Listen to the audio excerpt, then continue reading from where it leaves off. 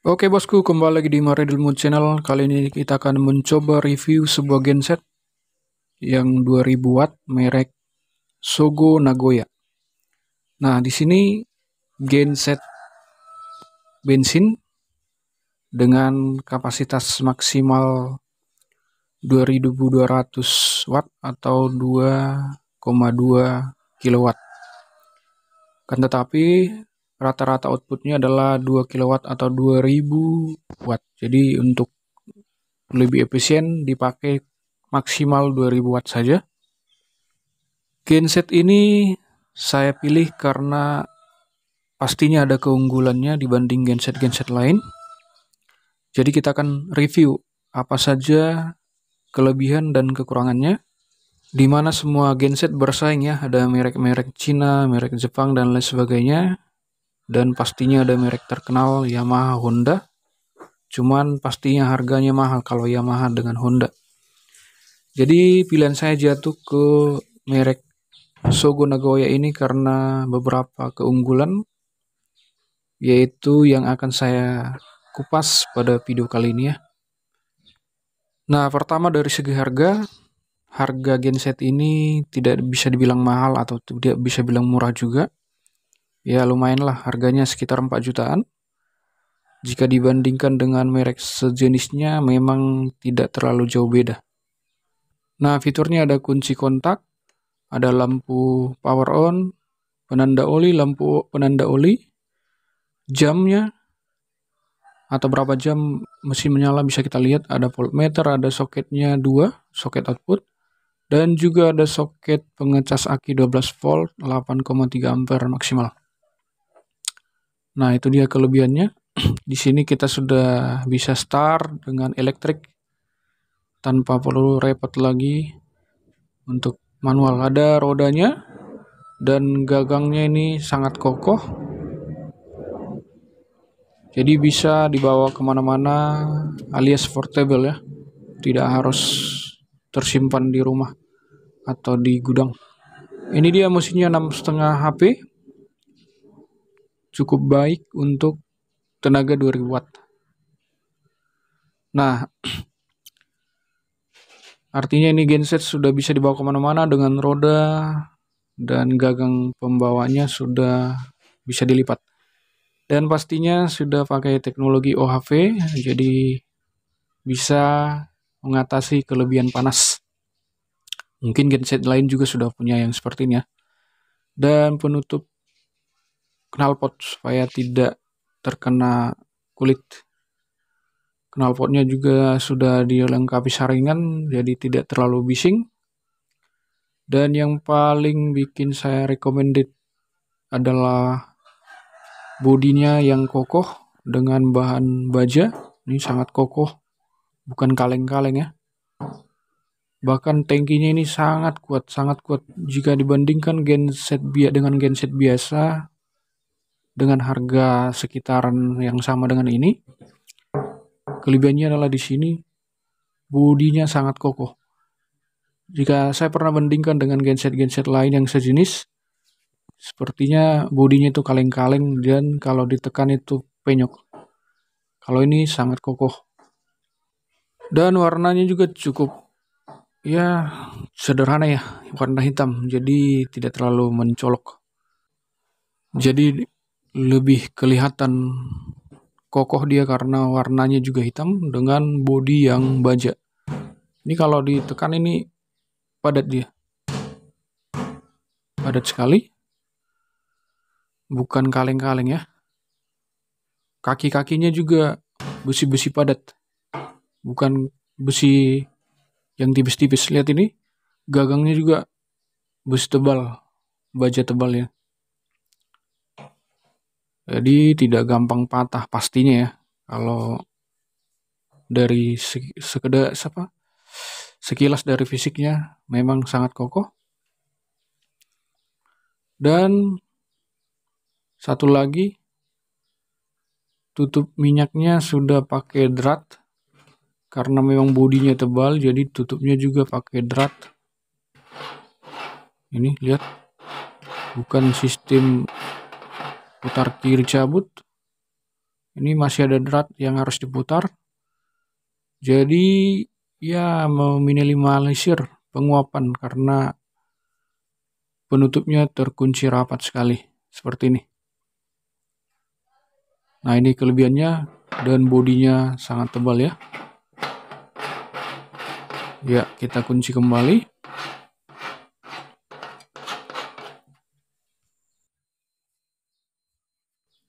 Nah, itu dia bodi ini yang tidak kita jumpai di genset sejenis yang seukuran yang sama ya. Dan disertai meteran minyaknya. Kalau minyak sudah perlu diisi, kita bisa lihat tanpa membuka penutupnya.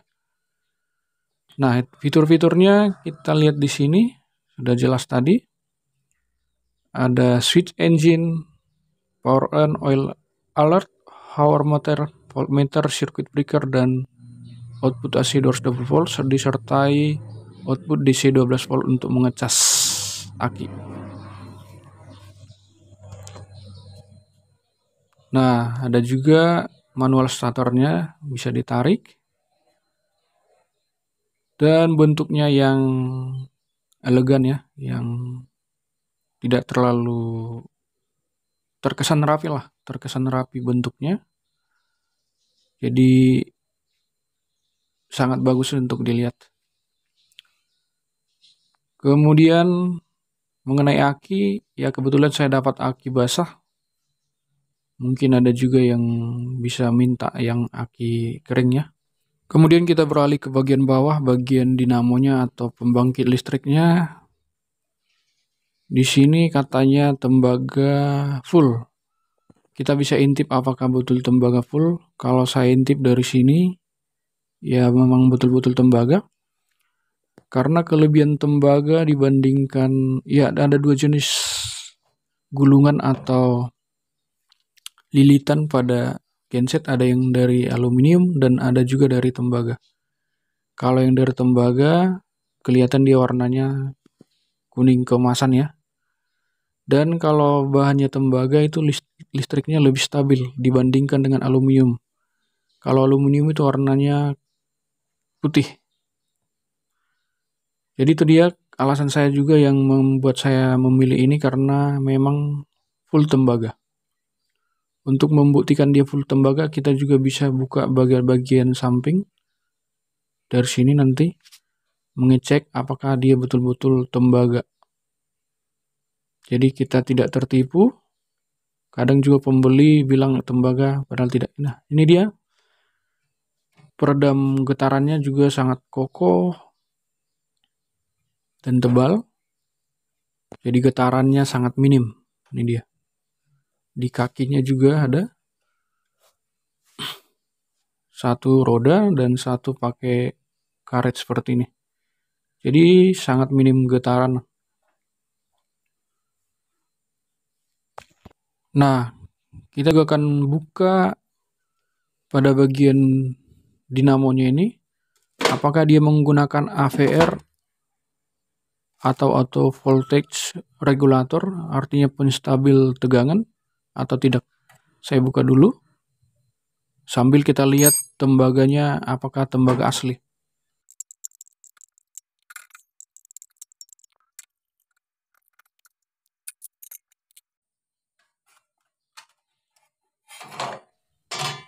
Iya, dia sudah menggunakan AVR. Ini AVR-nya yang hitam ini. Penstabil tegangan. Kemudian kita cek apakah tembaganya memang tembaga asli.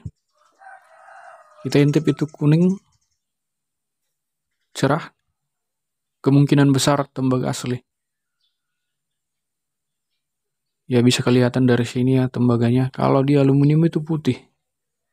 Walaupun dilapisi isolator, tapi kalau dia dikupas pasti putih. Kalau tembaga asli dikupas juga pasti dia kekuning-kuningan seperti ini.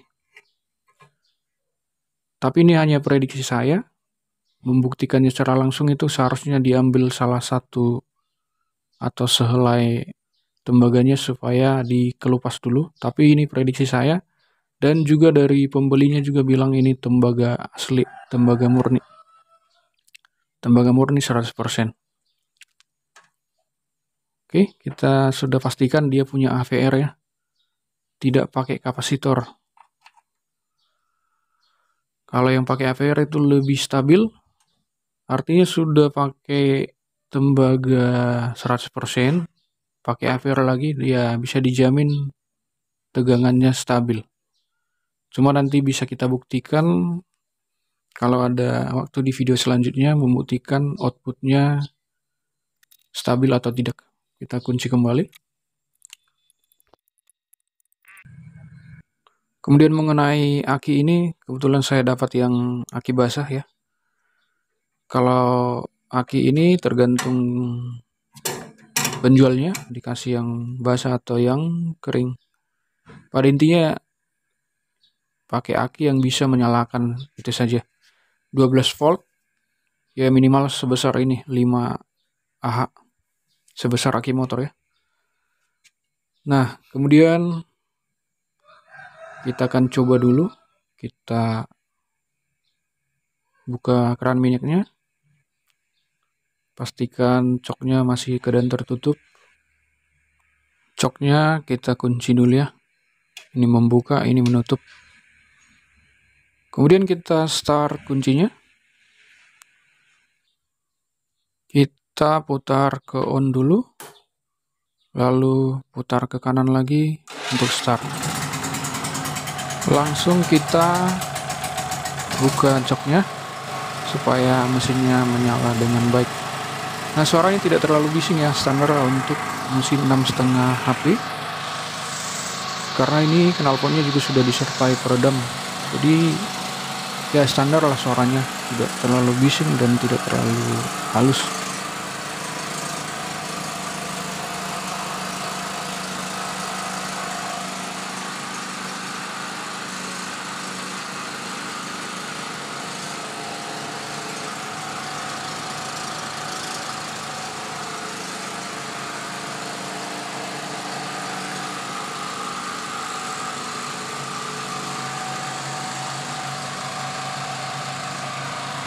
Setelah mesin menyala, power on warna hijau akan menyala, dan apabila olinya kurang, lampu merah akan menyala.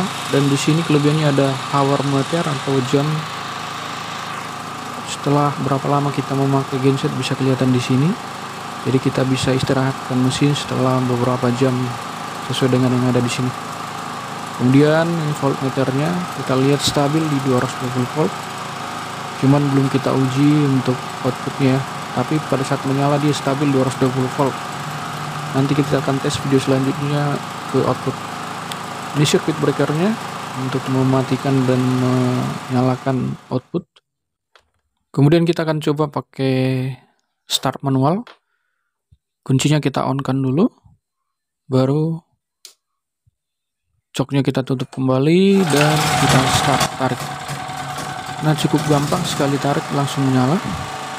Dan tali startnya juga ringan, jadi walaupun manual tetap saja gampang menyalakannya.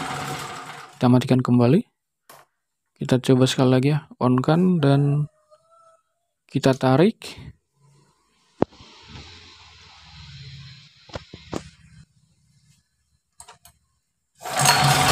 Sekali tarik menyala dan tarikannya ringan, tidak seperti genset lain yang mungkin ditarik dia agak berat ya. Ringan sekali. Kita off-kan kembali ya.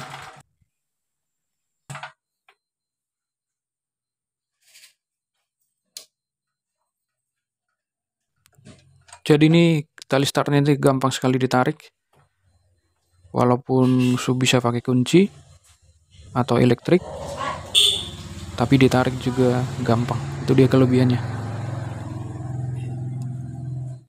Nah, kemudian perlengkapannya untuk output dari AC 220 volt, kita pakai soket yang begini.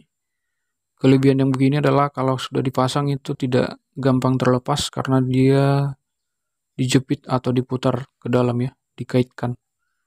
Ini ada 3 kaki, bisa netral, fasa, dan badan. Caranya masukkannya masukkan dan putar ke kanan. Jadi kalau tertarik dia tidak terlepas, itu kelebihannya kalau yang pakai yang model begini. Beda dengan yang lain, hanya model steker biasa yang dicok dan cabut. Ini dimasukkan dulu dan diputar, membukanya putar ke kiri, tarik, memasukkannya putar ke kanan. Kemudian ada soket untuk mengecas aki di sini. Kalau akinya perlu dicas, tinggal dicolok saja dan dijepit ke akinya. Ini dia caranya, dicolokkan di sini.